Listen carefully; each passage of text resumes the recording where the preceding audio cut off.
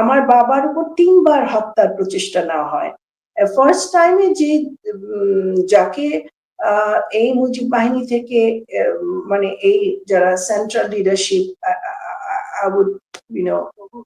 বুঝেনি যে যারা মোস্ট লাইকলি শেখ ফজলুল হক মনি, তারা পাঠিয়েছিল যে এনাকে হত্যা করার জন্য। আমরা যদি গত 16 বছরের যে শাসন, ফ্যাসিস্ট রেজিম যেটাকে বলা হচ্ছে, চরম ডিক্টেটরশিপের যে সময়টা, তো শেখ মুজিবুর রহমানের কন্যা তার নামে সবকিছু করছেন, মুক্তিযুদ্ধের চেতনার নামে সবকিছু করছেন, এবং হিউম্যান ডিগনিটির জায়গাটা আমরা দেখলাম যে কি পরিমাণ গুম হয়েছে, কি পরিমাণ খুন হয়েছে ভিন্ন মতের মানুষেরা বা ভিন্ন মতের রাজনৈতিক নেতা কর্মীরা। তো এটা কেন হলো? মানে ধরেন যে মানে মুক্তিযুদ্ধের চেতনার কথা বলে শেখ হাসিনার এই যে শাসনকালটা, আপনার কাছে কি মনে করেন? আপনি তো একজন গবেষক, বিশ্লেষক, এবং আপনি ওতপ্রোতভাবে একটি রাজনৈতিক পরিবারের মানুষ, আপনি কিভাবে দেখেন যে এই অবস্থাটা কেন হলো আর কি মনে করেন আপনি? আমার মনে হয় যে যখন দেশ স্বাধীন হলো তখন পুরো বাংলাদেশটাই ছিল একটা নরম কাদামাটি। মানুষের তখন উচ্ছ্বাস, উদ্দীপনা প্রবল, চারিদিকে মানে প্রত্যেকের রক্তে তখন একটা দেশ প্রেমের একটা অভূতপূর্ব একটা জাগরণ, এবং তাদের ভিতরে বিশাল প্রত্যাশা।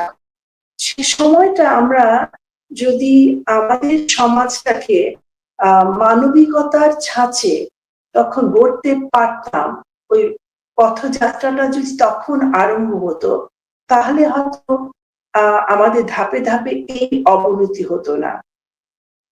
16 বছরের যে বিপুল পরিমাণে যে গুম, খুন, অর্থ পাচার, যেটা এর আগে বিগত সমস্ত ধরেন সরকারের ভুল ত্রুটি বা অন্যায় অপরাধ থাকলে সব অতিক্রম করে এমন একটা মাত্রা ছাড়া অবস্থায় চলে গেছে, সেটা তো একদিনে হয়নি। আমি মনে করি এটা হয়েছে বহুদিন ধরে, একটু একটু একটু একটু করতে করতে এটা একটা ক্লাইম্যাক্সে এসছে, যেখানে দেখা গেছে যে দেখেন একটা কথা আমার মনে হলো, মানে একটা এক্সাম্পল আমার মনে হয়, যখন আমি তখন আমার একদম অল্প বয়স, বাট তখন তো সবাই আমাদের সে যুগে আর্লি 70s সবার ঘরেই তো পত্রিকা থাকতো, পেপার পড়তো মানুষ, সোশ্যাল মিডিয়া ছিল না তখন।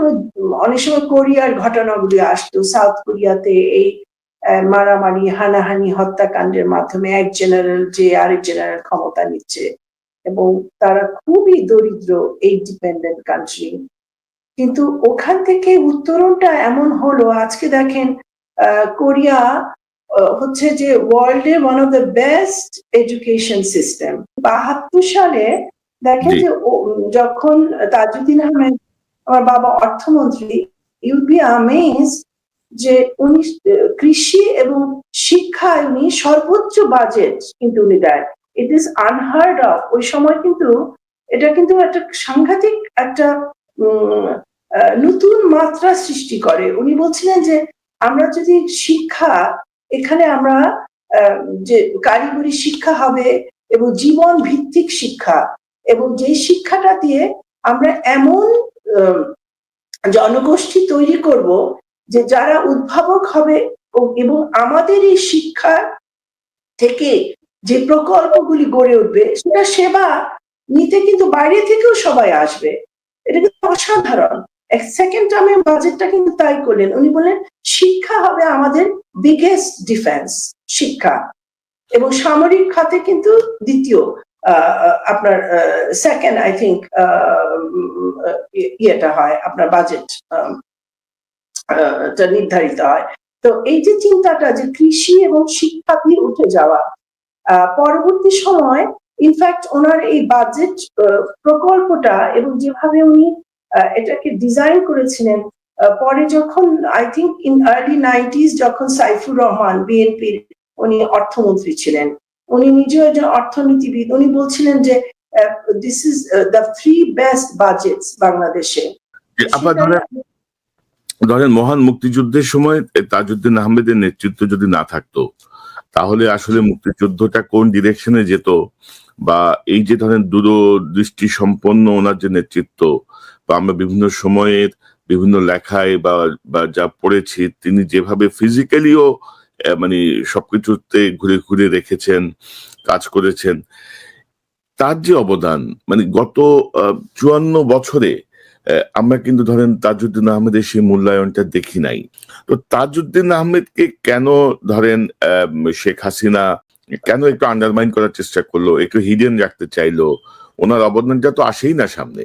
এবং আপনার ছোট ভাই তানজিন আহমেদ সোহেল তাজ গত বেশ কয়েক বছর ধরে কিন্তু তিনি এই জাতীয় দিবস ঘোষণা বা পাঠ্যপুস্তকে জাতীয় চার নেতার জীবনীকে অন্তর্ভুক্ত করার দাবি করে আসছেন। সেই জায়গায়ও কিন্তু আওয়ামী লীগের কোনো ভ্রুক্ষেপ ছিল না। তো এই বিষয়টা আপনি কিভাবে দেখেন? তাজউদ্দিন আহমেদের প্রতি এই যে একটা মানে বিরূপ মনোভাব বলবো আমি। এটার ঘটনাটা তো আসলে বলতে গেলে আরেকটু পিছিয়ে যেতে হবে। জি, ১৯৭১ ফিরে যেতে হবে। এক কথায় যদি বলি, সেটা হচ্ছে যে যখন আ শেখ মুজিবুর রহমান উনি ফিরে এলেন, উনি তো আসলে উনার মতো পপুলারিটি, জনপ্রিয়তা কিন্তু আজ পর্যন্ত বাংলাদেশ আর কেউ পেয়েছে কিনা আ আমাদের তো জানা নেই। আ উনি তখন একেবারে পপুলারিটির শীর্ষে। কিন্তু এটা থাকা সত্ত্বেও, এবং উনি জাতির জনক উনাকে বলছে। মানে এটার উপর দ্যাটস দ্য হাইয়েস্ট রেকগনিশন, এবং আম মানে হাইয়েস্ট পোস্ট, মানে ওটা কেউ অতিক্রম করতে পারে না। তারপরেও যেটা হলো যে উনি কিন্তু মেনে নিতে পারেননি যে উনাকে ছাড়াই দেশটা স্বাধীন হয়ে গেল। এই যে একটা মনোজগতে একটা মনস্তাত্ত্বিক একটা যে উনার ভিতর কিন্তু এটা একটা বিরাট আম আমার মনে হয় মনস্তাত্ত্বিক চেঞ্জ এসেছিল। আর যেটা কিন্তু তাজউদ্দিন আহমেদকে যেটার ভুক্তভোগী হতে হয়নি শুধু, উনি নিজেও তো মারা গেলেন এবং পুরা জাতিকেই খেসারত দিতে হলো তার। ব্যাপারটা এইভাবে ব্যাখ্যা করি যে যখন আ দেশটা যখন স্বাধীনতা যুদ্ধ চলছে, সে সময় পুরো যুদ্ধটা কিন্তু তাজউদ্দিন আহমেদ কিন্তু শেখ মুজিবুর রহমান তার নামেই কিন্তু যুদ্ধটা পরিচালিত করলেন। উনি কিন্তু একটু নেপথ্যচারী ছিলেন। আ জি। মানুষ যখন ফটো সেশন করত উনি দূরে চলে যেতেন। লোকজন নিয়ে চলাফেরা, মানে ওই যে দেখাতে হবে, show off. He just wanted to work. তো ওই সময় আ বাংলাদেশের ইতিহাসে যে কতগুলো বড়, বড় ঐতিহাসিক যে আ কাজগুলো এবং অবদান, যে স্বাক্ষরগুলি রেখেছিলেন, দেশটা যখন স্বাধীন হলো, ওই অবদান, ওই তার যে আ নিবেদন, সেটার কিন্তু রেকগনিশনটা বঙ্গবন্ধু দিতে পারেননি ওই মনস্তাত্ত্বিক কারণের জন্যই। সেটা আমার কথা না। আপনি যদি জে.এন. দীক্ষিত, উনি পররাষ্ট্র সচিব ছিলেন এবং ইন্দিরা গান্ধী প্রশাসনে ৭১ মিসেস গান্ধী এবং ১ম বাংলাদেশ সরকারের সাথে ঘনিষ্ঠভাবে কাজ করেছেন। উনিও তাই বলছিলেন। He was the first diplomat posted in Bangladesh, স্বাধীন বাংলাদেশ। উনি বলছিলেন যে উনি যখন ওনার পর্যবেক্ষণে যে আ আ বঙ্গবন্ধু যখন ফিরে আসলেন, উনি কিভাবে দেশটা স্বাধীন হলো, আ আ কি মানে এই যে মুক্তিযোদ্ধাদের বিষয়টা, আ ওদের দেখভাল, ওদেরকে আবার কিভাবে পুনর্বাসন করা যায়, আম এ এই ভাবনাগুলো কিন্তু উনার মধ্যে তখন ছিল না। উনি কথা বলছেন বটে, কিন্তু মুক্তিযুদ্ধের সাথে সম্পৃক্ত সবাইকে, শুধু তাজউদ্দিন আহমেদ না, সবাইকে সরিয়ে দিচ্ছেন। আমার মনে হয় সেটার পিছনে একটা ছিল, উনি কি প্রতিদ্বন্দ্বী ভাবতেন? হয়তো উনার বুদ্ধি কি, এটা আমার কথা না, জে.এন. দীক্ষিতই বলছেন উনার বইয়ে 'লিবারেশন অ্যান্ড বিয়ন্ড' এ, যে উনার ভিতরে হয়তো একটা ঈর্ষা চলে এসেছিল, মানবিক ঈর্ষা। আ সেটা স্বাভাবিক। কিন্তু আমরা যদি আম ওই সময়টায় এই ব্যাপারগুলোকে আ কনটেইন করে জাতির উন্নয়নের দিকে ফোকাস করতে পারতাম, তাহলে কিন্তু এই অবস্থাটা হতো না। যেমন একটা কথা বলি, যখন দেশ আ আম স্বাধীন হওয়ার আগে, হয়তো আপনার maybe I am going a little too fast, কিন্তু বলতে হবে যে বঙ্গবন্ধু ওনার ফ্যামিলি মেম্বারদেরকে আমার মনে হয় বেশি বিশ্বাস করতেন, কিন্তু জাতিটা তো সবাইকে নিয়ে হয়, জাতিটাই তো পরিবার। তো উনি যে ওনার আস্থাভাজন ধরেন শেখ ফজলুল হক মনি এবং তার সাথে মনি গ্রুপের সাথে যারা আরো ছিলেন, আহ সিরাজুল আলম খান, তারপরে তোফায়েল আহমেদ আব্দুর রাজ্জাক, তাদেরকে উনি একটা আলাদা যে নির্দেশ দিলেন এবং ওই নির্দেশে তারা যে যখন কলকাতায় গেল এবং ওরা 25শে মার্চের আগেই ওনারা চলে যান এবং সেখানে চিত্তরঞ্জন সুতার, উনি একজন অপারেটিভ ছিলেন, ওনার সাথে করে প্রথম বাংলাদেশ সরকারের অজান্তে তারা গড়ে তোলে। প্রথমে নাম ছিল বিএলএফ, বাংলাদেশ লিবারেশন ফ্রন্ট, ওখান থেকে মুজিব বাহিনী। ওটা যখন করলেন এটা একটা আত্মঘাতী কিন্তু প্রবলেম ক্রিয়েট করে। অর্থাৎ দেখা গেল যে যুদ্ধাবস্থায় মুজিব বাহিনী তারা প্রশিক্ষণ নিচ্ছে আসলে পাকিস্তানের বিরুদ্ধে যুদ্ধের জন্য না, মানে পরে দেখা গেল যে ওদেরকে ইউজ করা হচ্ছে বামপন্থীদেরকে নিধনের জন্য, বামপন্থী প্রবলেমটা কন্টেনের জন্য। কারণ সে সময় বামপন্থী নকশাল আন্দোলন অনেক ছড়িয়েছিল এবং অনেকে বর্ডার ক্রস করে বাংলাদেশে এসেছিল। But the thing is that এই মুজিব বাহিনী তারা আবার মুক্তিযোদ্ধাদের বিরুদ্ধেও কিন্তু অস্ত্র তুলেছিল, ব্রাশ ফায়ার করেছিল, হতাহত হয়েছিল। এটা কিন্তু এই স্টোরিগুলো আমি যেটা বলছি, এই যে ঘটনাগুলো ঘটলো পরে সেপ্টেম্বরের দিকে সিরাজুল আলম খান উনি নমনীয় হয়ে আসেন, উনি এই সরকারকে সমর্থন দেয়, কিন্তু শেখ ফজলুল হক মনি তারা বারবার বলছে এটা আমার মামার প্ল্যান না, বিপ্লবী কমান্ড কাউন্সিল হবে, সরকার হবে না। কিন্তু বারবার যুক্তি দেওয়া হচ্ছে সরকারের পক্ষে যে একটা যখন ইউএসএ তে যে কংগ্রেস যে সরকারটা গঠিত হলো তার আন্ডারে কিন্তু আমেরিকান রেভলিউশনারি ওয়ারটা হয়েছিল, তাই না?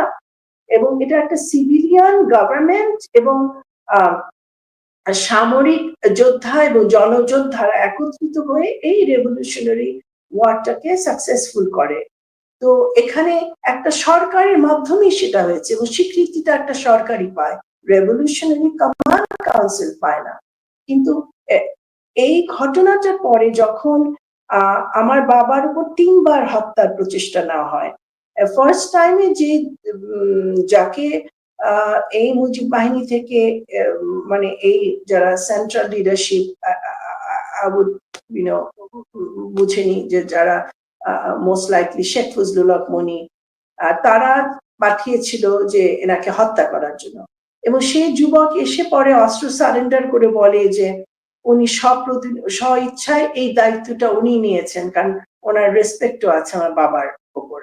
তারপরে আরেকবার হলো যখন ওনারা যাচ্ছে মুক্তিযোদ্ধা, শুনলেন যে মুক্তিযোদ্ধাদের উপর মুজিব বাহিনী আগরতলায় তাদের উপর অনেক হামলা করেছে, তো তখন যখন ওনারা দেখার জন্য যাচ্ছেন তখন মুক্তিযোদ্ধারা বিএসএফ এসে বলল যে ওখান দিয়ে যাবে না, গ্রেনেড পুঁতেছে এবং ওনাদের হত্যা করা হবে।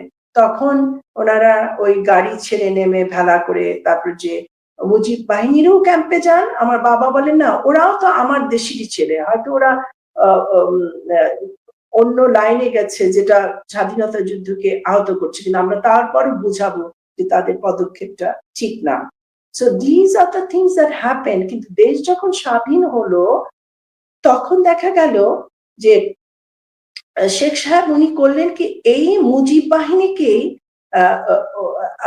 আপন ভাবলেন। মুক্তিযোদ্ধারা তখন প্ল্যান ছিল বিজয়ের আগেই যে ন্যাশনাল মিলিশিয়া গঠন করা হবে এবং ন্যাশনাল মিলিশিয়াটা হবে যে এই যে 1,01,000 মুক্তিযোদ্ধা, এরা অস্ত্র হয়তো সারেন্ডার করে বাড়ি চলে গেল, আবার অনেকের মধ্যে হয়তো অস্ত্র তারা সারেন্ডারও করেনি, কিন্তু আমরা এই ছেলেগুলো এদেরকে আমরা প্রশিক্ষণ দেব এরা যাতে দ্বিতীয় রক্ষা বহু হতে পারে এবং ওদেরকে বেস্ট ডাক্তার, ইঞ্জিনিয়ার, আর্কিটেক্ট, শিক্ষাবিদ যে লাইনে যেতে চায় না কেন ওদেরকে লেখাপড়া করাবো এবং ওদেরকে প্রশিক্ষিত করব যাতে করে এদের ভিতরে যে তারা তরুণ, তাদের রক্ত তখন টকবক করছে, তারা একটা দেশ স্বাধীন করেছে।